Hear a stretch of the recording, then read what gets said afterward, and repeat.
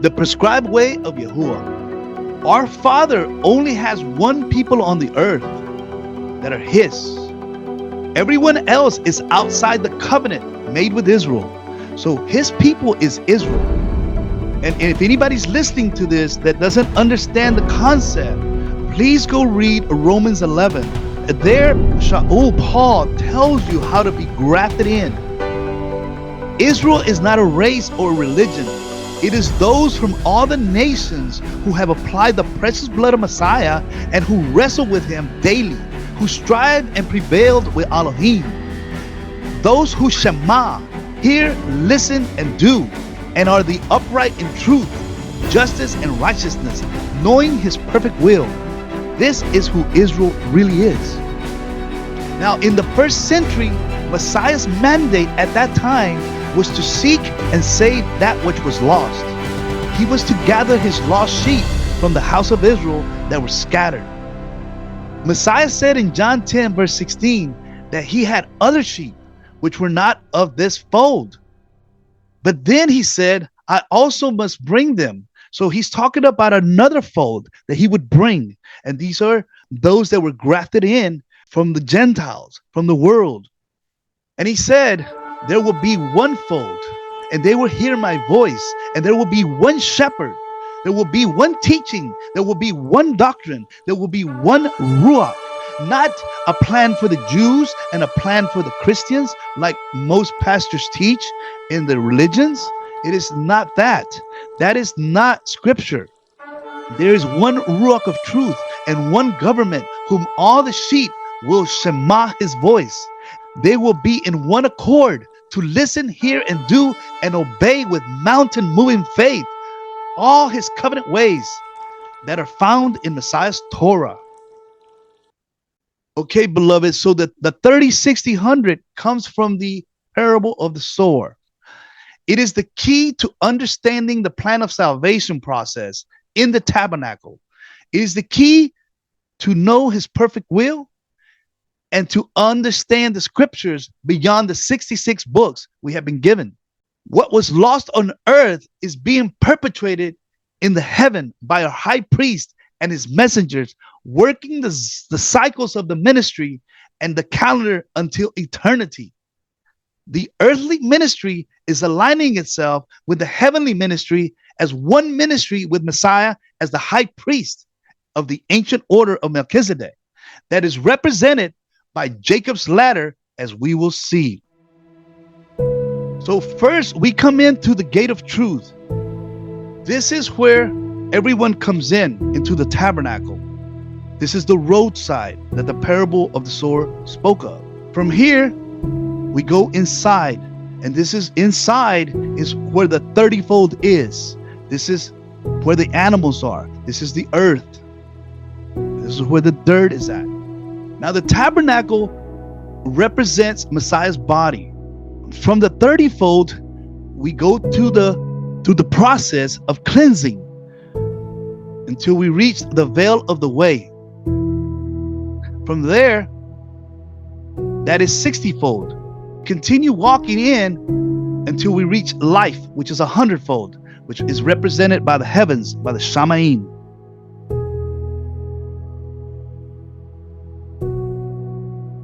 Now, outside the tabernacle is the sea, where the lost are, the chaotic waters, where the beast rises out in the book of Revelation. Now, beloved brothers and sisters, our aim is to go from the gate of truth into the gates all the way to the Ark of the Covenant, where the throne room of Messiah is. That is the goal. But we all start at the gate of truth from the roadside. So when we come into the gate of truth, because we know that Messiah is the way, the truth, and life.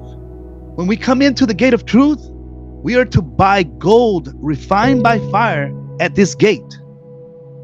Here is where we start buying that gold, so we will not be found in shame and not be found lukewarm.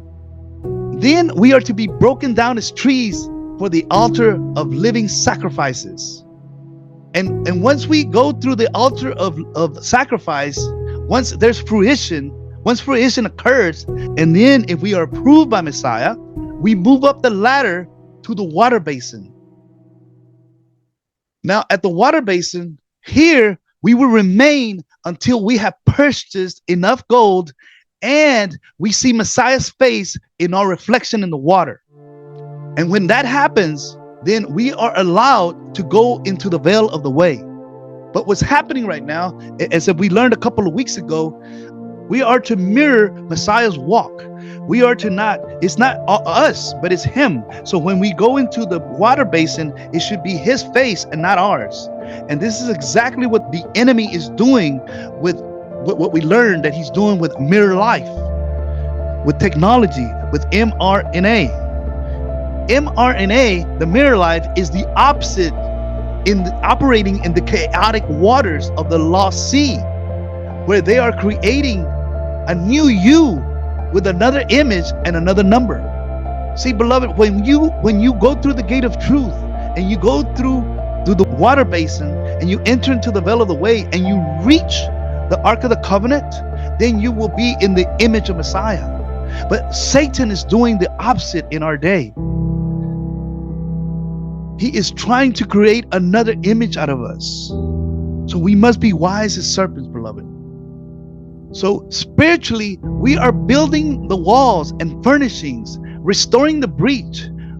We are also perfecting our temple bodies with Messiah in us. The gold is the layer with the wood for the inner court furnishings. We, with Messiah in us, are building a perfect tabernacle not made with human hands, to reflect and to coordinate boldly with the heavenly temple in the most kadosh place, where Messiah is the high priest officiating the Sabbath services with the messengers. And the messengers are praising his majestic and his splendor as King of Kings and Master of Masters right now, beloved. So we're going to parallel this. We're going to discuss this now a little deeper, because this ties in with the parable of the sower. I have a little picture to the right. And in this picture, beloved, we see that there's a farmer and he sows the seed.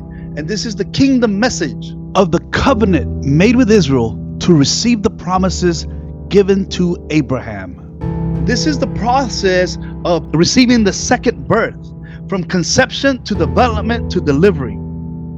So we see here that the seed was sown. Some people hear the word, but there's no action. They don't understand it in their heart, the word. And so the devil, he steals it. He snatches it away. There was no conception in these individuals, beloved brothers. Next, we have those that hear the word. The seed was found in rocks. It was planted in rocks, and they received it with joy. But they lost it with trials set in and tribulations.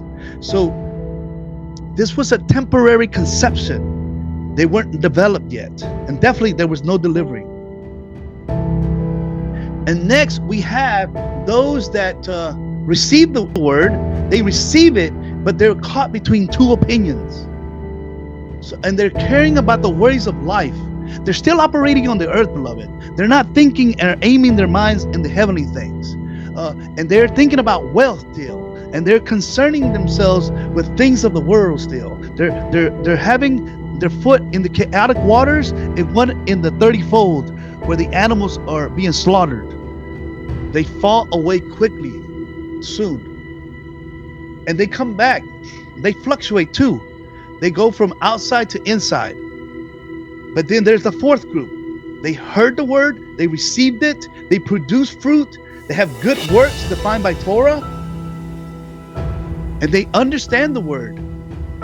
They have hakmah, they have wisdom, and these are the ones that produce crops, fruit, 30, 60, 100-fold. These are the ones that have a new heart. They have a ruach of truth, and they're walking in all his ways, sold out to Messiah.